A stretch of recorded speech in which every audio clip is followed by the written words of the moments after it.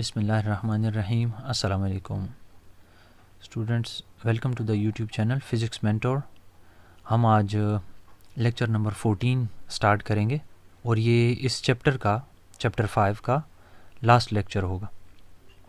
इसके अंदर हम लोगों ने असाइनमेंट्स जो कि बेसिकली न्यूमेरिकल्स ही हैं उनको कवर करना है। तो चलें स्टार्ट करते हैं।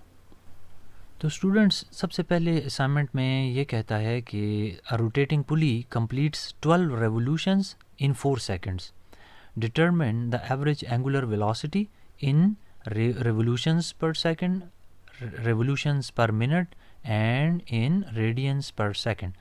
देखें, एक पुली दी गई है जिसकी एंगुलर वेलोसिटी यहाँ पर निकालनी है 3 यूनिट्स में, रिवोल्यूशंस पर सेकंड में, RPM and in radians per second. मैंने 12 को और 4 को कैंसिल किया, मेरे पास 3 रिवोल्यूशंस पर सेकंड आ गया। इसको इक्वेशन नंबर 1 का नाम इसलिए दे रहा हूँ कि इसकी दोबारा ज़रूरत पड़े तो रेफरेंस दे सकूँ। लिहाजा रिवोल्यूशंस पर सेकंड में हमारे पास आंसर आ चुका। अब अगर मुझे इसको रिवोल्यूशंस पर मिनट में भी चाहिए ना, तो अगर मुझे मिनट्स में कन्वर्ट करना है तो उसके लिए मल्टीप्लाई एंड डिवाइड बाय 60 कर दूंगा। तो देखें, ये कुछ इस तरह से नज़र आएगा। अब यहाँ डिनोमिनेटर में जो 60 लिखा हुआ है, 60 सेकंड्स है ना, इसकी जगह देखें मैंने 1 मिनट कर दिया, जो कि आप जानते हैं कि 60 second is equal to 1 minute. जबकि 3 को 60 से जब मल्टीप्लाई करें तो 180 आता है, तो वो ये यहाँ लिखा हुआ है। सो देख लें आप कि हमें अब जो 180 आंसर मिला है ये है in the units of revolutions पर मिनट। तो इसको मैंने शॉर्टकट में आरपीएम लिखा हुआ है। आप अगर 2020 के साल में मेरा ये लेक्चर सुन रहे हैं तो आप ज़रा अपनी टेक्स्ट बुक में देख लीजिएगा कि किसको करेक्शन की ज़रूरत है। मैं पार्ट सी की तरफ आता हूँ।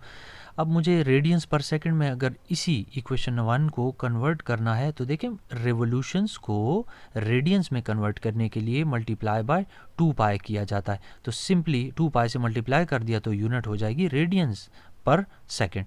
सो 3 मेरे पास यहाँ लिखा हुआ है, जब इसको 2 पाई से मल्टीप्लाई करेंगे तो 6 पाई आ जाएगा रेडियंस पर सेकंड। अब आप पाई की वैल्यू पुट कर लें 3.14, तो उसको 6 से मल्टीप्लाई करने पर आपके पास जो भी आंसर आता है वो ये लिखा हुआ है, और इसकी यूनिट देखें तो रेडियंस पर सेकंड। तो नेक्स्ट क्वेश्चन को देखते हैं। कहता है an aeroplane dives along a curve path of radius r and velocity v, the centripetal acceleration is 10 metre per second square. If both the velocity and radius are doubled, what will be the new acceleration.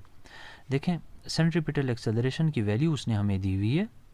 Initial centripetal acceleration, एक aeroplane curved path में move कर रहा है velocity v के साथ। कहता है कि अगर इसकी वेलोसिटी को डबल कर दें, रेडियस को डबल कर दें, तो बताएं फिर कितना सेंट्रीपिटल एक्सेलरेशन पैदा होगा। तो क्वेश्चन को मैंने मैथमेटिकली कुछ इस तरह से इंडिकेट कर दिया। अच्छा, अब हमें तो सेंट्रीपिटल एक्सेलरेशन का फार्मूला बड़ी अच्छी तरह मालूम है, v² डिवाइडेड बाय r। तो ये फार्मूला अभी मैं नीचे रिप्लेस करने वाला हूँ, ठीक है। तो ज़बानी इसको याद रखना ज़रूरी है। यहाँ पर नया सेंट्रीपिटल एक्सेलरेशन को मैंने प्राइम से जाहिर किया है, ओल्ड को मैंने a से सिंपली रिप्रेजेंट किया है, ac और ac प्राइम। जब मैं v प्राइम की वैल्यू यानी 2v पुट करता हूँ और r प्राइम की वैल्यू यानी 2r पुट करता हूँ इसी इक्वेशन में, तो देखते हैं ये इक्वेशन कैसी नज़र आती है। ये लें जी, आपका नया सेंट्रीपिटल एक्सेलरेशन यहाँ से v prime square divided bye r हो जाएगा। अब v प्राइम की और r प्राइम की वैल्यू मैंने यहाँ पे देखें पुट कर ली, या v प्राइम की जगह 2v, वेलोसिटी डबल हो गई, और r प्राइम की जगह 2r पुट कर दिया।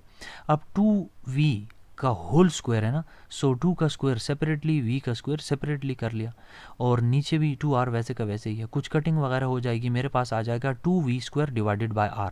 अब अगर आप v² डिवाइडेड बाय r को देखें तो ये तो सेंट्रीपिटल एक्सेलरेशन ही है। सो 2 अपनी जगह पे देखें तो लगा हुआ है, और इक्वेशन नंबर 1 को इस्तेमाल करते हुए मैंने v² डिवाइडेड बाय r की जगह ac लिख दिया। ac क्या है? ओल्ड सेंट्रीपिटल एक्सेलरेशन है, जबकि लेफ्ट साइड पर देखें तो न्यू सेंट्रीपिटल एक्सेलरेशन चल रहा है, और 2 साइड पर, इस साइड पर लगा हुआ है।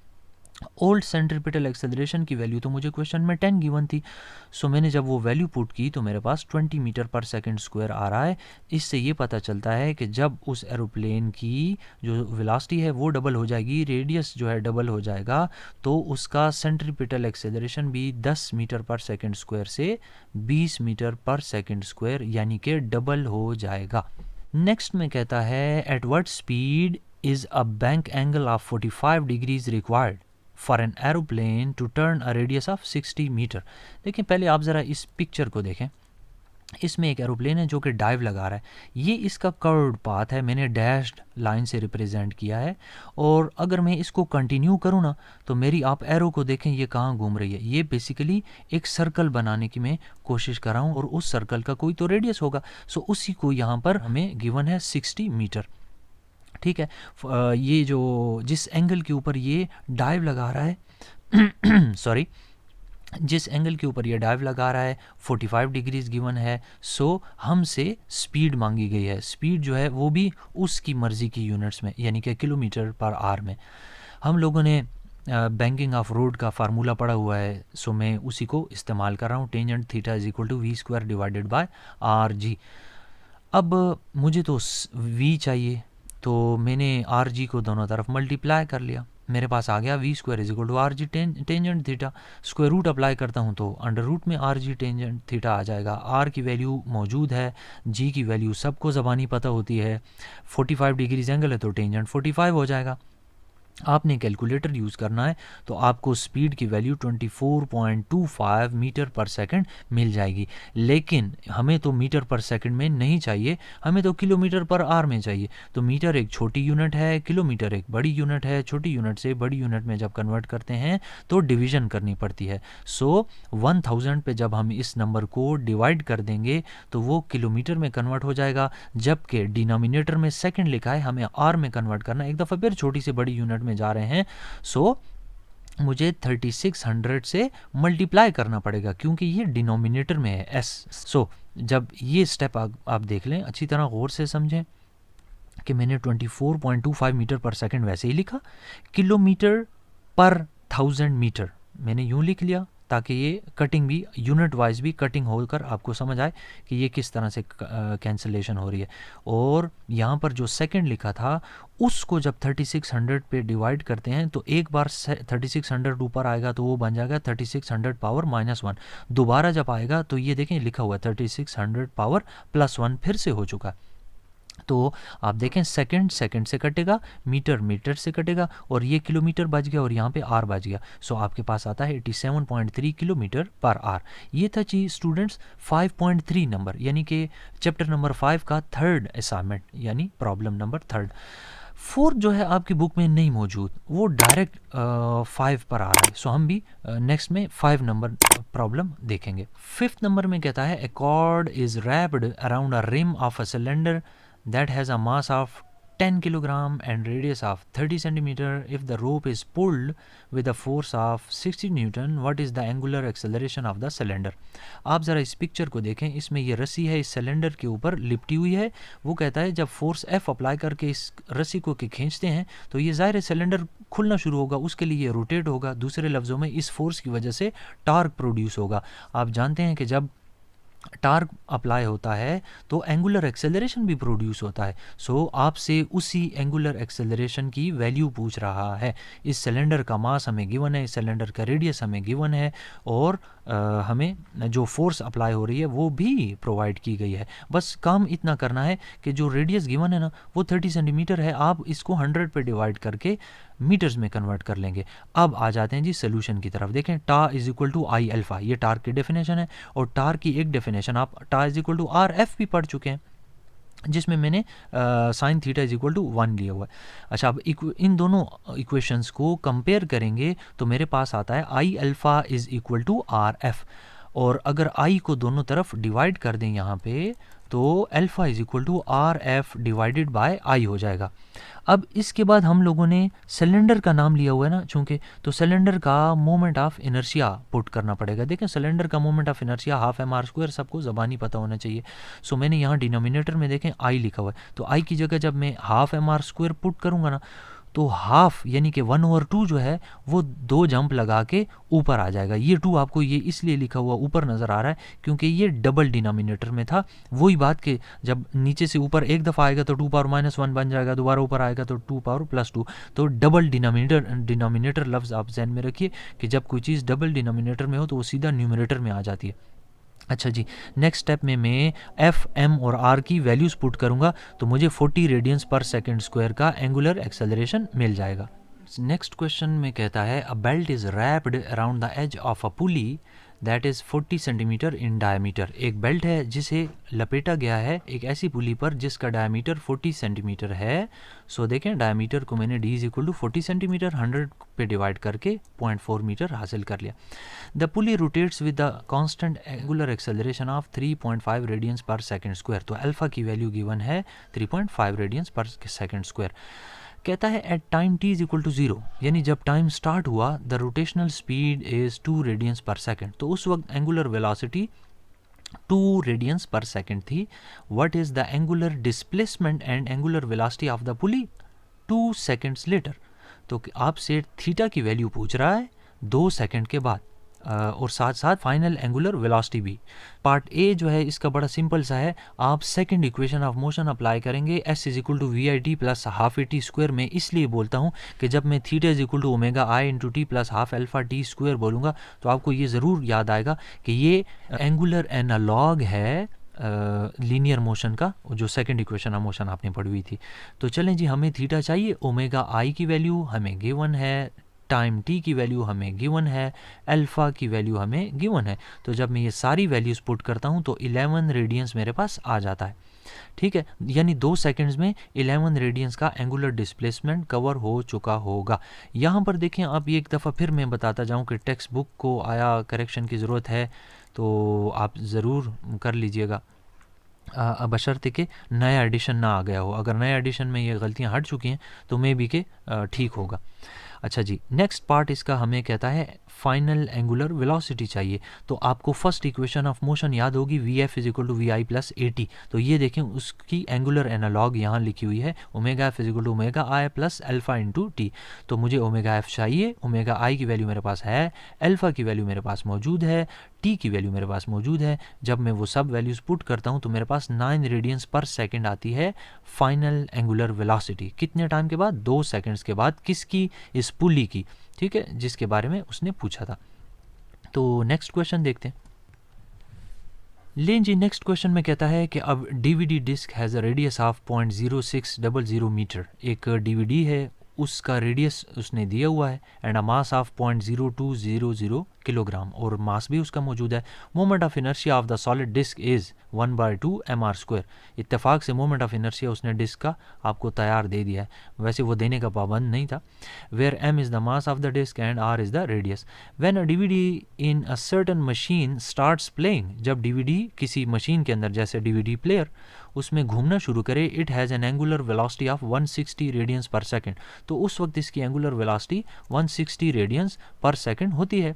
What is the angular momentum of this disc? इस डिस्क का एंगुलर मोमेंटम क्या होगा? तो स्टूडेंट्स, ये सबसे आसान तरीन असाइनमेंट है।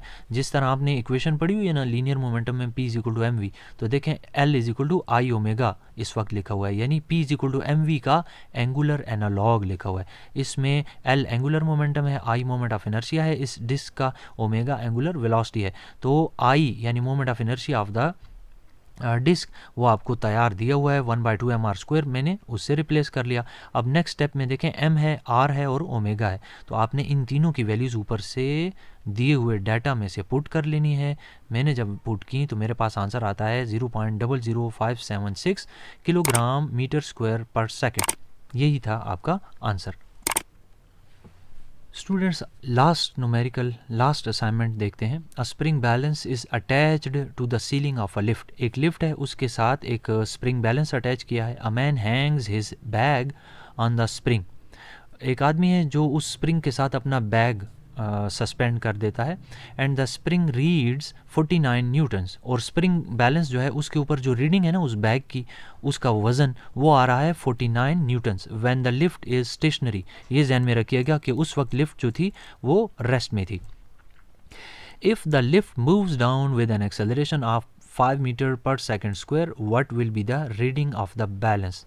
देखें, जब ये लिफ्ट डाउनवर्ड डायरेक्शन में एक्सेलरेटेड मोशन के साथ आ रही हो और उस एक्सेलरेशन की वैल्यू भी आपको गिवन हो, तो कहता है कि अब बताएं कि उसका वज़न क्या होगा। रियल वेट जो है वो तो 49 न्यूटन आपको प्रोवाइड किया गया है। यहाँ से मैंने इसका W is equal to M G होता है, तो M is equal to W by G फार्मूले के ज़रिए मास कैलकुलेट करके रख लिया, ताकि अगर मुझे ज़रूरत पड़े तो ये मेरे काम आ सके।